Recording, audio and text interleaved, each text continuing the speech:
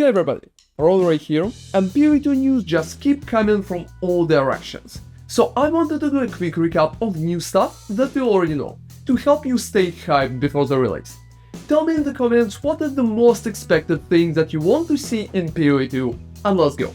First off, Zizaran had a very big interview with Jonathan Rogers, and most of the information that we are going to talk about in that video is from that interview.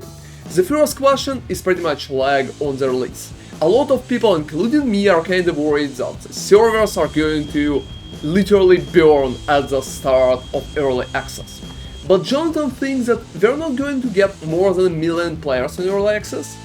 However, they already tested servers up to 1.6 million potential players, and they will even try to tune it up to 2 millions.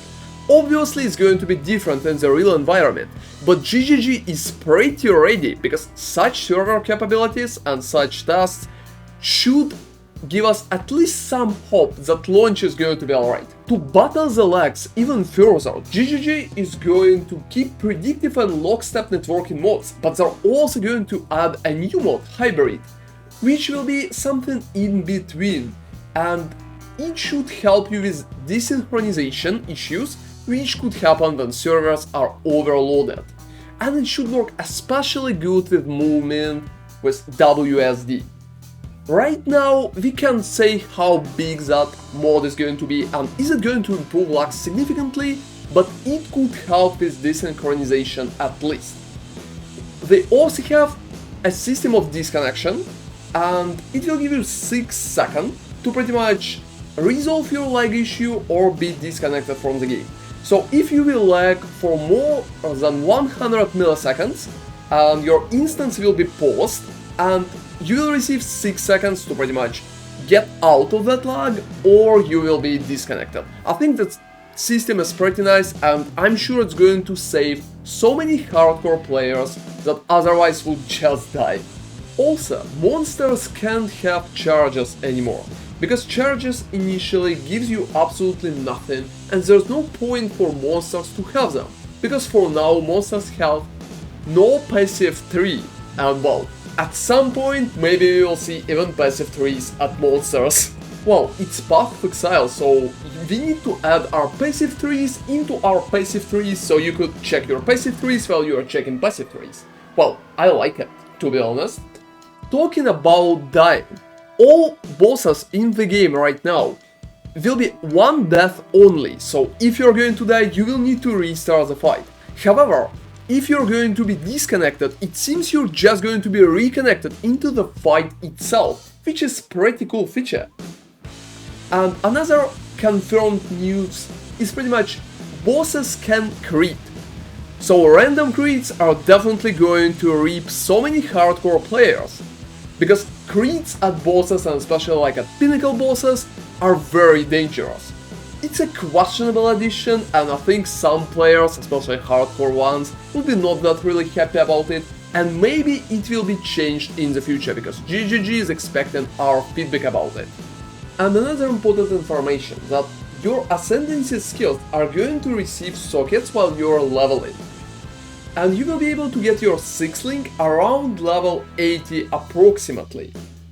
So that should be pretty balanced, and you will be able to get the maximum out of your skills pretty early.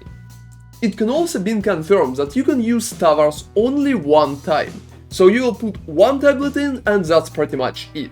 There are also going to be more maps in the radius compared to amount of maps that tablet will buff, so you will probably run some of the maps unbuffed, even if you already found the tower.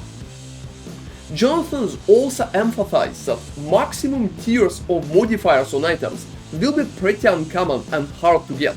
It should be desired, and you should literally compare it to like chase items. It's not going to be as rare as Mage Blood, however only maximum tiers modifiers on item would be really mirror worthy, which is pretty cool. And I hope it will combine very good with crafting systems that we already have.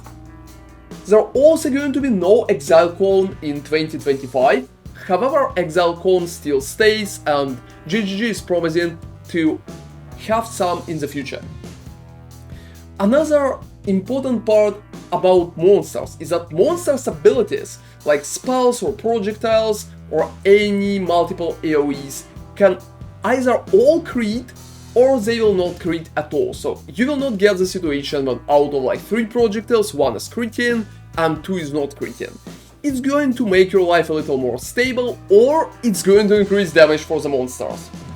Jonathan also promised that if there are going to be a lot of changes for the trees, so some kind of nerfs or some passives are going to change, they're going to give you free full respec.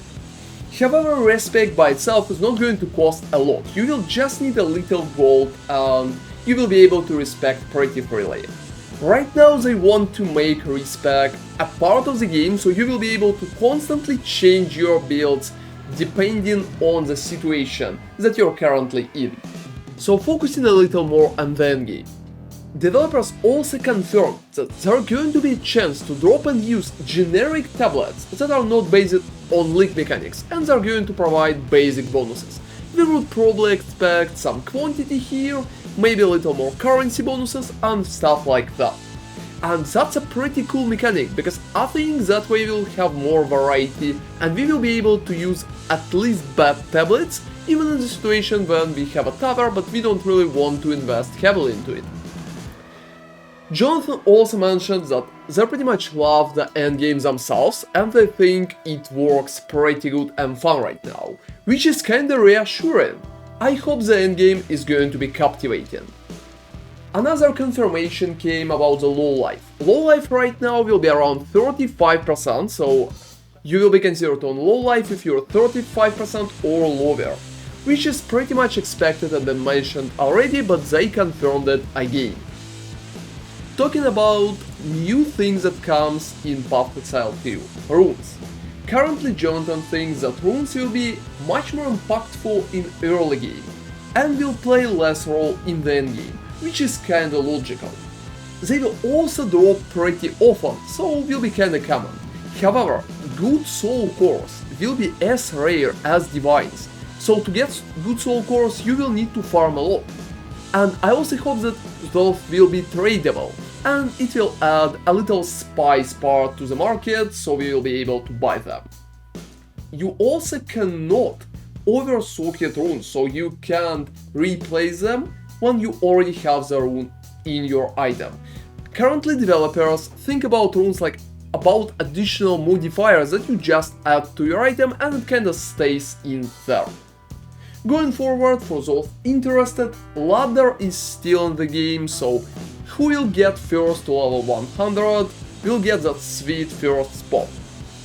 Also, it's been confirmed that getting to maximum crit chance to 100% crit will be significantly harder than in Path of Exile 1. You'll already probably noticed that right now they want us to stay at lower crit chance, so we will be unable to crit very consistent, especially in the early game. And the last part, hardcore characters are going to softcore when they are pretty much dying, it's confirmed again, so a lot of your characters are going to softcore if you're going to start on hardcore. So that's been pretty much it, and that's a lot of news. I think Path of Exile 2 just looks amazing, and the course that developers are taking with it is very promising. Thank you very much for watching, and see you at December 6th or a little earlier in the next videos. Ronarray out.